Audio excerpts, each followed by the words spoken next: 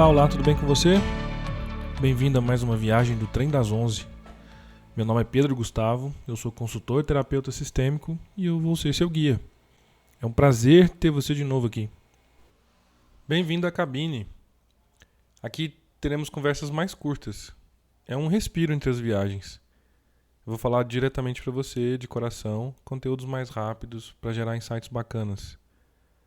Lembre-se que você está conversando com um mineiro, então pega um café e bora papear. Olá, tudo bem com você? Eu vim te passar um conceito que eu acho muito foda na comunicação. E ele tem reverberações diretas nas nossas vidas pessoais, nas nossas vidas íntimas. Que basicamente nossa comunicação é como a gente lida com o mundo, né? Eu só consigo falar com o outro, eu só consigo ter trocas legais com o outro se eu puder me comunicar bem. E essa comunicação tem tudo a ver com coisas além das mensagens verbais. Então, por exemplo, quando eu olho para alguém, eu estou me comunicando. Se alguém passa por perto de mim e eu olho nos olhos, isso é um sinal, é uma comunicação. Se eu sorrio para alguém na rua, se der para ver hoje em dia, mesmo com máscara, que os olhinhos apertam assim, isso é um sinal, isso é uma comunicação. Parece que eu estou sinalizando alguma coisa para alguém. E vice-versa, quando eu vejo isso de alguma pessoa, se a pessoa me nota, se a pessoa fala de um jeito, se a pessoa fala de outro, se ela tem certo tom, se ela tem certa postura corporal, se ela tá sorrindo, se ela tá com a cara feia, tudo isso compõe a comunicação. A comunicação não verbal ela é muito maior do que a comunicação verbal. E o mais interessante é que a gente sabe disso. Em algum nível sabe. Porque o ser humano é muito bom em pegar mentiras. Só que ele só é bom de pegar mentiras quando aquela mentira ela não encaixa com o que eu tô internamente acostumado a achar que é familiar. Por exemplo, se eu acho que é normal cutucar o outro, ser hostil, mostrar pro outro que eu me importo, mas brigando, se o outro faz a mesma coisa, eu não vejo como anormal, então é comum. Agora, se o outro, na hora que isso acontece, o outro é mais gentil, é mais positivo e não devolve na mesma moeda, já é estranho. Isso funciona para trocas de carícia, funciona para noções de trabalho. Às vezes eu acho que o outro tem a mesma valorização de hora do que eu, por exemplo, pontualidade. Ou o outro dedica tanto quanto eu, que eu preciso trabalhar até mais tarde e eu espero que o outro também trabalhe também até mais tarde. Então tudo isso tem a ver com os nossos princípios internos e na hora da comunicação faz muito sentido levar isso em conta. Tem uma máxima dentro da PNL que chama o óbvio tem que ser dito. Porque muitas vezes a gente supõe, a gente acha, a gente fica preso nos nossos próprios ciclos, nos nossos próprios mecanismos de pensamento e supõe que o outro sabe o que o outro está pensando, supõe que sabe o que o outro está falando, supõe que consegue ler a mente do outro. Ler a mente também é um negócio bem comum. É como se eu pudesse, se eu tivesse superpoderes de ser telepático, né? Fulano tá pensando assim de mim. Porque isso aí foi porque fez isso e isso. Porque o ciclano ele está sentindo tal coisa. E normalmente tá errado. Porque por mais que isso, alguma coisa que outra pessoa fala ou faça, ou que ela manda como comunicação para nós, como um indício, como disparo de algum sinal, parte do que a pessoa falou pode ser que reverbere no que a gente está acostumado. Mas tem 1 bilhão de partes. Nós temos nossas referências internas que dizem o que é certo e o que é errado, e o outro tem outras referências internas que dizem que é certo e errado. Então, aconteceu algo interessante esses dias, que uma amiga me falou sobre uma frase que ela recebeu no WhatsApp. E ela virou pra mim e falou assim: você acha que essa pessoa me deu uma cantada? Ela me mostrou a frase. Só com isso é impossível definir. É impossível, porque pode ter sido uma cantada como brincadeira, daquelas tipo de ritual que todo mundo faz. Pode ser que o lugar, a forma por onde eles se encontraram para aquela pessoa faz sentido, dar uma cantadinha assim, ela não necessariamente tem uma conotação maior. Pode ser uma cantada literalmente, pode ser que a pessoa está totalmente apaixonada, pode ser tanta coisa, que em uma frase é impossível saber tanta coisa. Por isso que prestar atenção na comunicação é um negócio tão rico.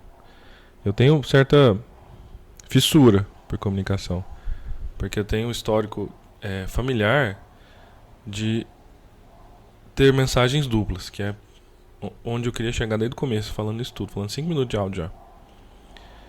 Mensagens duplas é uma das coisas mais bizarras que acontecem, principalmente com o brasileiro. Quem vem de fora estranha, porque o brasileiro não consegue ser assertivo.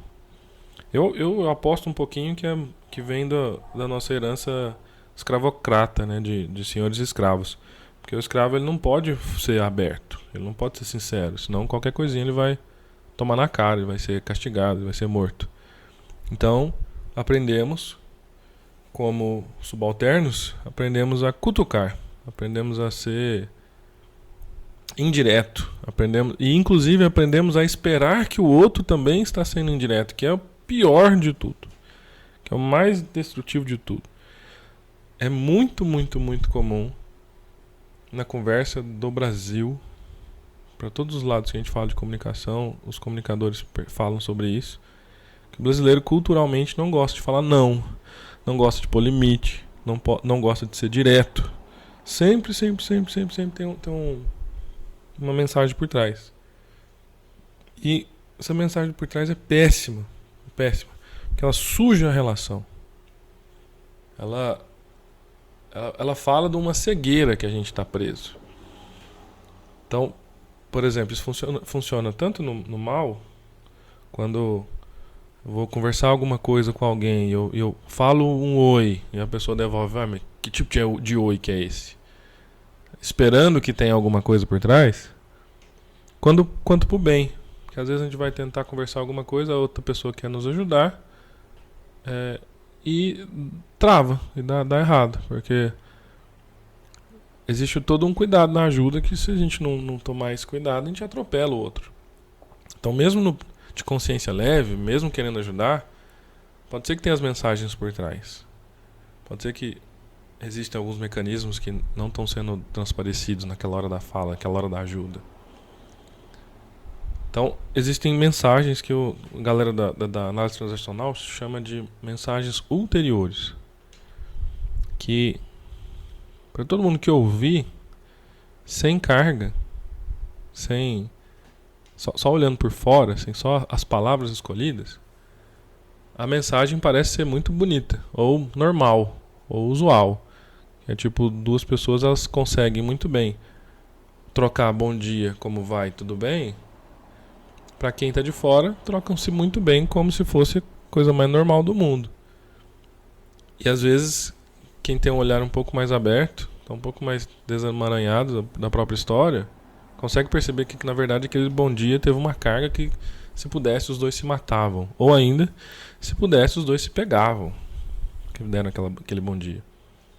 Então faz muito sentido, na hora de desenvolver a comunicação, ir além. Ir além das palavras.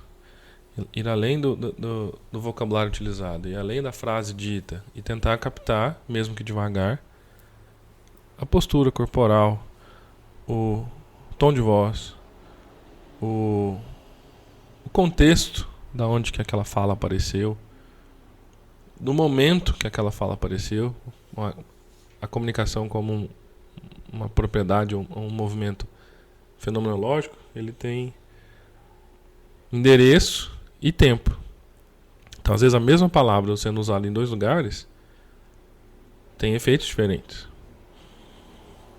Então, as mensagens ulteriores são essas mensagens que vêm por trás, que é a mensagem que a gente não captou da primeira vez. Por exemplo, às vezes a gente vai conversar e a gente está pressupondo já alguma coisa. Eu já pressuponho que o outro não dá conta, eu já pressuponho que o outro está bravo, eu já pressuponho que o outro está me cobrando. Isso é uma fala que esconde por trás o fato de que eu estou pressupondo. Às vezes é um contexto. Por exemplo, eu já estou pressupondo a partir de algum mal-estar, algum selo guardado de outras épocas. Pode ser que aquela própria pessoa, ou mesmo com outras pessoas. E aquele selo, aquele mal-estar, ele transparece na conversa. Vou conversar com alguém, eu já embuto naquele alguém um medo que eu tive de outras épocas e agora eu estou tendo de novo. Sei lá, alguém já brigou comigo porque eu cheguei atrasado. Aí quando alguém pergunta pra mim quando eu chego, eu falo, não, é porque eu já fiz isso, é porque eu já fiz aquilo, não sei o que, não sei o que. Parece que as respostas são prontas, justificáveis, mas na verdade tem uma mensagem por trás, falando de alguma coisa, falando como se eu estivesse preso em algum lugar, em alguma memória, em algum aprendizado que eu não resolvi bem. Existem algumas outras formas de mensagem anteriores, mas eu acho que só essas duas já dá pra você captar, já dá pra você perceber que às vezes a comunicação nem sempre é tão pura, ela não é tão sincera. Então eu faço convite pra você exercitar aos pouquinhos, principalmente com quem pode, não é com todo mundo, exercitar a comunicação assertiva, a comunicação aberta e direta. Você vai em algum lugar querendo comprar alguma coisa, eu quero aquilo, ou vai falar alguma coisa para um parceiro amoroso, ou às vezes para um liderado, e fala assim, eu quero que você faça isso, ou faça isso para mim, por favor. Você vai começar a descobrir, através desse movimento, porque o autoconhecimento ele só se dá quando a gente se movimenta, a gente não pega coisas prontas, a gente se movimenta e vai descobrindo. Então o autoconhecimento só se dá quando a gente começa a fazer essas mini mudanças. Se você se propuser a fazer isso, provavelmente vai vir algumas memórias, algumas vontades, alguns bloqueios. Se você já o conhece, ou quando você tentar fazer isso, você perceber que tem, me avisa aqui. Troca ideia aqui pra gente ver como é que a mudança da comunicação passa pela mudança interna, dos padrões internos de crenças, de valores e de hábitos. Grande abraço e até a próxima.